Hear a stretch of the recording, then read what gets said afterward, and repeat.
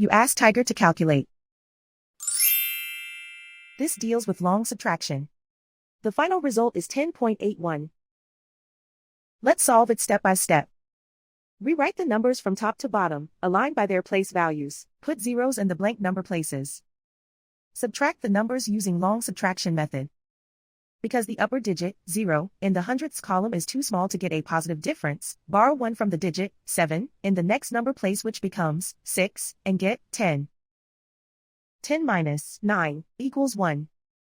Because the upper digit, 6, in the tenths column is too small to get a positive difference, borrow 1 from the digit, 2, in the next number place which becomes 1, and get 16. 16 minus 8 equals 8. 1 minus 1 equals 0. Write 1 in the tens place. And so the final result is 10.81.